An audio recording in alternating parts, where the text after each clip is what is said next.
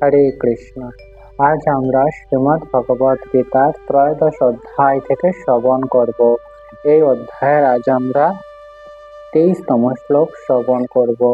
এই শ্লোকে ভগবান শ্রীকৃষ্ণ অর্জুনকে কি উপদেশ প্রদান করেছেন সেটির সম্পর্কে আজ আমরা শ্রবণ করব। অর্থাৎ ভগবান শ্রীকৃষ্ণ কি বলছেন এই শ্লোকে, উপদ্রষ্টানুমন্তা চ ভর্তা ভক্তা মহেশ্বরঃ পরমাত্মেতি চাপুক্ত দেহস্মিন পুরুষ পরঃ। এই শ্লোকটির অর্থ হলো, এই শরীরে আরেকজন পরম পুরুষ রয়েছেন, তিনি হচ্ছেন উপদ্রষ্টা, অনুমন্তা, ভর্তা, ভক্তা, মহেশ্বর এবং তাকে পরমাত্মাও বলা হয়ে থাকে। অর্থাৎ এই যে আমরা জীব, আমাদের শরীরে কি রয়েছে, জীবাত্মা রয়েছে। এই জীবাত্মা ব্যতীত আরেকজন রয়েছেন, তেনাকে কি বলা হয়, পরম পুরুষ বলা হয়ে থাকে।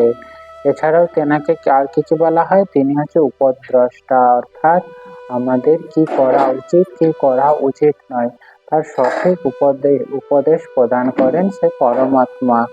এছাড়াও কি হনুমন্তা, অর্থাৎ আমরা যা কিছু করব বা করার ইচ্ছা প্রকাশ করে থাকি সেটি অনুমোদন করে সে পরমাত্মা। এছাড়াও কি তিনি হচ্ছেন ভর্তা, অর্থাৎ তিনি আমাদের ভরণ করেন, তিনি হচ্ছেন পরম ভক্তা। এবং মহেশ্বর, এছাড়াও কি বলা হয়, তিনি হচ্ছেন পরমাত্মা নামে পরিচিত। অর্থাৎ আমরা এই শ্লোকটির মাধ্যমে বা এই অধ্যায় থেকে আমরা কি জানলাম, ভগবান শ্রীকৃষ্ণ আমার সমস্ত জীবের মধ্যে পরমাত্মা রূপে অবস্থান করেন। এই পরমাত্মা রূপে অবস্থান করে সমস্ত জীবকে পরিচালিত করছেন। আর এই পরমাত্মা হচ্ছে জীবাত্মা থেকে পৃথক। পরমাত্মা ও জীবাত্মা কখনোই যে এক নয় সেটি আমাদের অত্যন্ত ভালোভাবে বুঝতে হবে। যারা অদ্বৈতবাদী তারা কি মনে করেন, তারা মনে করেন যে পরমাত্মা এবং জীবাত্মা অভিন্ন, তাই তারা পরমাত্মা এবং জীবাত্মার মধ্যে কোনো পার্থক্য বুঝতে পারে না। কিন্তু চৈতন্য মহাপ্রভু যে অদ্বৈত ভেদন যে তত্ত্ব আমাদেরকে প্রদান করেছেন তাতে আমরা জানি যে এটি আমরা স্পষ্টভাবে জানি যে পরমাত্মা এবং জীবাত্মা এক এবং অন্যদিকে অভিন্ন। তো এইভাবে আমাদেরকে জানতে হবে। জীবাত্মা কি করে থাকে, জীবাত্মা সাধারণত কোনো একটি দেহের মধ্যে অবস্থান করে, আর দেহেতে যে সমস্ত কর্ম করে থাকে সে কর্মের ফলস্বরূপ কর্মফল জীবাত্মা ভোগ করে থাকে। কিন্তু অন্যদিকে পরমাত্মা শুধুমাত্র একটি জীবের মধ্যে বিরাজিত নয়। এই জগতে যা কিছু শ্রেষ্ঠ জীব রয়েছে সমস্ত জীবের মধ্যে পরমাত্মা অবস্থান করে। এটি হচ্ছে কি, তাহলে কি আমরা পরমাত্মা ও জীবাত্মার পার্থক্য আমরা বুঝতে পারলাম। জীবাত্মা কি শুধুমাত্র একটি দেহের মধ্যে অবস্থান করতে পারে, আর অন্যদিকে পরমাত্মা সমস্ত প্রকার জীবের মধ্যে অবস্থান করে থাকেন। এছাড়াও তিনি হচ্ছেন পরম সাক্ষী, অর্থাৎ আমরা যা কিছু করে থাকি সেটিকে আমরা যা কিছু কর্ম করি সেটি আমরা জানি, কিন্তু অন্যরা যা কিছু কর্ম অতীতে, বর্তমানে বা অতীতে যা কিছু করেছেন বা বর্তমানে করছেন বা ভবিষ্যতে করবেন সেটির সম্পর্কে আমরা জানি না। কিন্তু পরমাত্মা হচ্ছে শুধুমাত্র একটি নয়, সমস্ত প্রকার জীবের যে বর্তমান, ভবিষ্যৎ এবং এমনকি অতীত সমস্ত কিছুর সম্পর্কে তিনি জানেন। তিনি হচ্ছেন সাক্ষী, অর্থাৎ যা কিছু আমরা কর্ম করি না কেন তিনি হচ্ছে প্রধান সাক্ষী। এছাড়াও কি তিনি হচ্ছেন পর্যবেক্ষক, অর্থাৎ আমরা সর্ব অবস্থায় যা কিছুই করছি তিনি সর্বদাই আমাদের লক্ষ্য রাখছেন। আমরা ভালো অথবা খারাপ যা কিছুই করি না কেন তার ভগবান শ্রীকৃষ্ণ পর্যবেক্ষণ করছেন। এছাড়াও আমরা এই শ্লোকে কি জানলাম, যে ভগবানই হচ্ছে আমরা যা কিছু করার ইচ্ছা প্রকাশ করে থাকি বা যা কিছু করার ইচ্ছা আমাদের মধ্যে জাগরিত হয় সেটি তিনি অনুমোদন করেন। তার অনুমোদন ছাড়া এই জগতে কোনো কিছুই সম্ভব নয়, তাই তিনি পরম অনুমোদনকারী। এছাড়া কি পরম ভোক্তা। জীব, আমরা এই শ্লোকে জানলাম কি জীব হচ্ছে একটি শরীরের মধ্যে যেহেতু অবস্থিত থাকে, তাই শরীরে যা কিছু কর্ম করে থাকে সেই কর্মের ফল ভোগ করে, অর্থাৎ একটি দেহের ভোক্তা। কিন্তু পরমেশ্বর ভগবান হচ্ছে পরম ভোক্তা, অর্থাৎ সমস্ত প্রকার জীবের হচ্ছে ভোক্তা।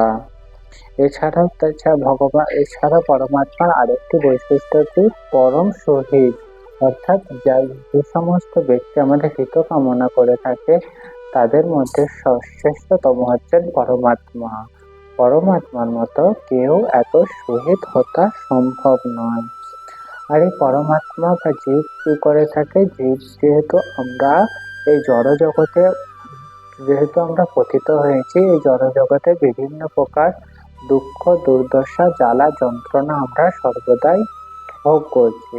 পরমাত্মা আমাদের যেহেতু সর্বদাই আমাদের ভালো চান, সেই তিনি কিভাবে এই জড় জগৎ থেকে পরা জগতে নিয়ে যেতে হবে তার জন্য সর্বদা উদগ্রীব থাকেন, সর্বদা চেষ্টা করে থাকেন কিভাবে জীব এই জড় জগতের বন্ধন থেকে মুক্ত হয়ে হয়। আর এই মুক্ত করার জন্য পরমাত্মা সর্বদাই সিদ্ধহস্ত। আর অন্যদিকে ঠিক জীব ভগবান যখন জীব সৃষ্টি করেছেন, সমস্ত জীবকে স্বাধীনতা আর স্বতন্ত্রতা প্রদান করেছেন। তিনি সেই স্বাধীনতা ব্যবহারের মাধ্যমে ভগবানের সেবাও করতে পারেন, আবার স্বাধীনতার অপব্যবহারের মাধ্যমে জড়জাগতিক কর্মের করার মাধ্যমে জড়জাগতের বন্ধনে আবদ্ধ হতে পারেন। যেহেতু আমরা এই জড় জগতে আছি, এর মানে আমাদের বুঝে নিতে হবে যে আমরা আমাদের যে স্বাধীনতা বা স্বতন্ত্রতা সেটির অপব্যবহার করেছি সেই অপব্যবহার করার কারণে এই জড় জগতে আমরা পতিত হয়েছি। আর এই জড় জগৎ থেকে আমরা যদি আমাদের যে স্বতন্ত্রতা আবার সঠিক ব্যবহার করি, অর্থাৎ যদি ভগবানের সেবামূলক কর্মে যদি আমরা নিয়োজিত করি পুনরায় আমাদের এই জড় দেহকে, তাহলে আমাদের স্বতন্ত্রতার পূর্ণ সুখ ব্যবহার করা হবে এবং আমরা পরা জগতে ফিরে যেতে পারবো, যেটি পরমাত্মা আমাদের হৃদয়ে অবস্থিত হয়ে সর্বদাই চান। এটাই আর কি করে পরমাত্মা আমাদের হৃদয় অন্তরে অবস্থান করে এবং বিভিন্ন প্রকার উপদেশ আমাদেরকে প্রদান করে থাকে। আর অন্যদিকে কি বাইরে কিভাবে পরমাত্মা, যেমন আমরা যে সমস্ত শাস্ত্র গ্রন্থ অধ্যয়ন করছি, সাধুগুরু বৈষ্ণব রূপে পরমাত্মা বিরাজমান, তারা কি সর্বদাই আমাদের সঠিক উপদেশ প্রদান করার মাধ্যমে কিভাবে এই জড়জাগতিক দুঃখ জ্বালা যন্ত্রণা এবং জড়জাগতিক বন্ধন থেকে মুক্তি পাবো তার সর্বদা চেষ্টা করে থাকেন। তো এটাই আমাদের সকলেরই উচিত পরমাত্মা